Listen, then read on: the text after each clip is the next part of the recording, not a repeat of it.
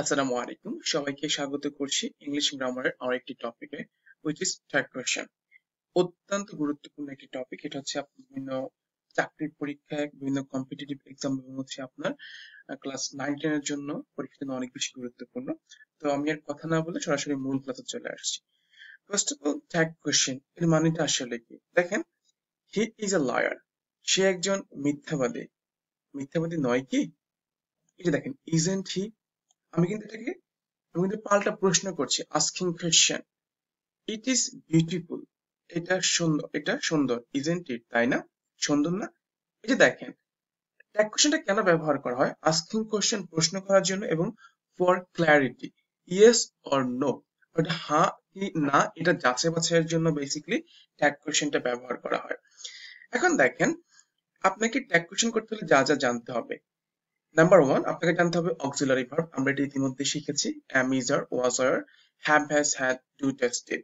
Modal verb, will, would, can, could, may, might, shall, should, must, ought to, need, have to।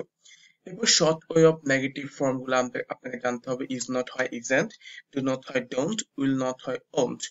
দেন আপনাকে জানতে হবে pronoun. রহিম হয়ে যাবে হি, সকিনা হয়ে যাবে she, এভরিবডি হয়ে যাবে they।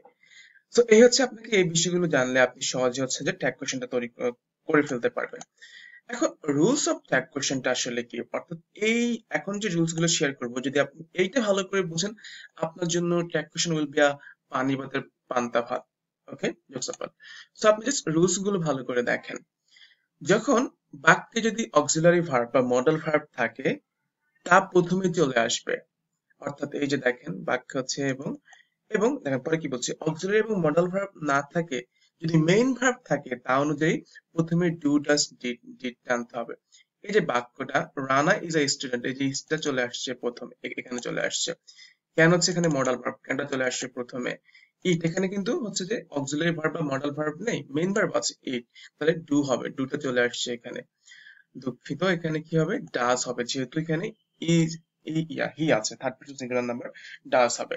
They went to college, তারা হচ্ছে যে কলেজে গিয়েছে। তাহলে এই যে এখানে মেইন ভার্ব আছে, অক্সিলারি ভার্ব বা মডেল ভার্ব নাই, তাহলে হচ্ছে যে ওয়েন্ট, ফার্স্ট ফর্ম ডিড হবে এখানে। তাহলে আমরা জাস্ট নরমালি আপনার বাক্যে যা থাকবে, বাক্যে যে ভার্বটা থাকবে অক্সিলারি বা মডেল, মেইন ভার্ব, আপনি সেটা অনুযায়ী সামনে নিয়ে আসবেন। এরপর 2 নম্বর নিয়মটা দেখেন, মূল বাক্যে হ্যাঁ বোধক হলে না বোধক, না বোধক হলে হ্যাঁ বোধক। অর্থাৎ যদি এই বাক্যটা অ্যাফার্মেটিভ হয় তাহলে আপনি নেগেটিভ করবেন। তাহলে এখানে ইজ, রানা ইজ, তাহলে এটা অ্যাফার্মেটিভ আছে, আপনি নেগেটিভ করবেন নট দিয়ে, তাহলে ইজ নট হয়ে যাবে ইজেন্ট।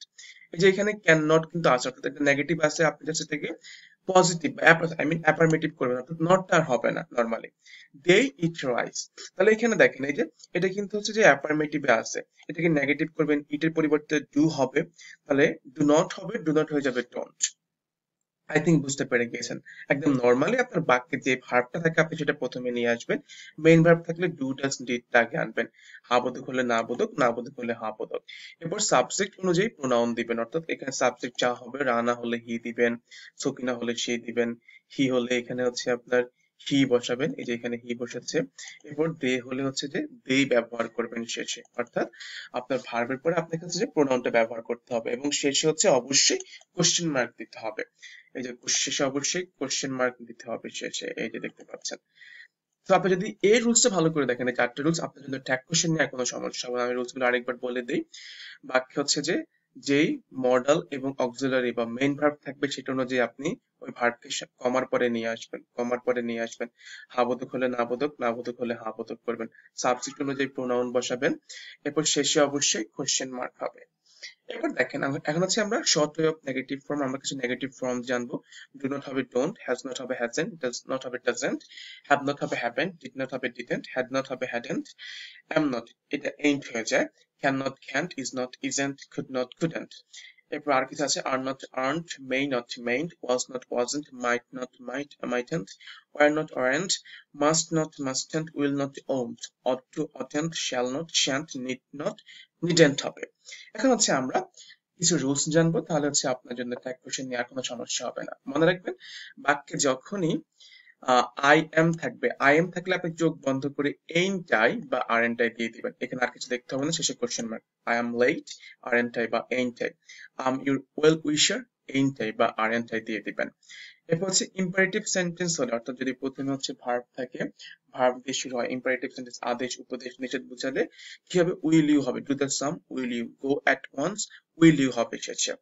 এবার ইম্পারেটিভ সেন্টেন্সে লেট আস বা লেটস থাকলে চোখ বন্ধ করে শ্যাল উই দিয়ে দিবেন। Let's have a picnic, let's go for a walk, shall we দিয়ে দিবেন, অবশ্যই শেষে কোশ্চেন মার্ক দিবেন।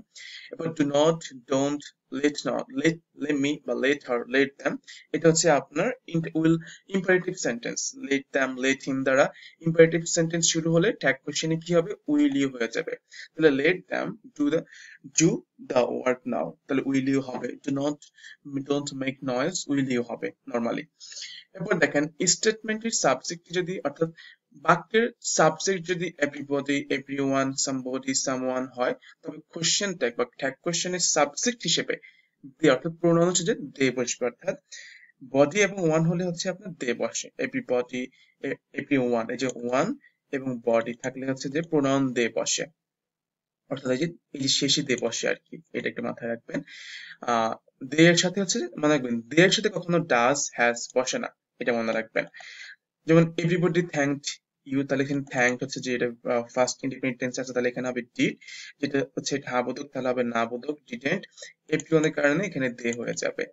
এরপর দেখেন সামবডি, এই যে বডি আছে, তাহলে হচ্ছে এখানে হ্যাজ আছে, হ্যাজ নিয়ে আসবেন আগে। এরপর হচ্ছে যে কি হবে, এখানে না বোধক আছে, হা বোধক হয়ে যাবে। দুঃখিত, না হা বোধক আছে, না বোধক হ্যাজেন্ট হবে। এরপর সামবডি হলে হচ্ছে কি হবে, দে। আমি কিন্তু একটু আগে বলেছি দে হলে কখনোই ডাজ বা হ্যাজ হবে না, তাহলে এখানে কি হবে, হ্যাভ হবে। হ্যাভ, হ্যাজ না হয়ে হ্যাভ হবে।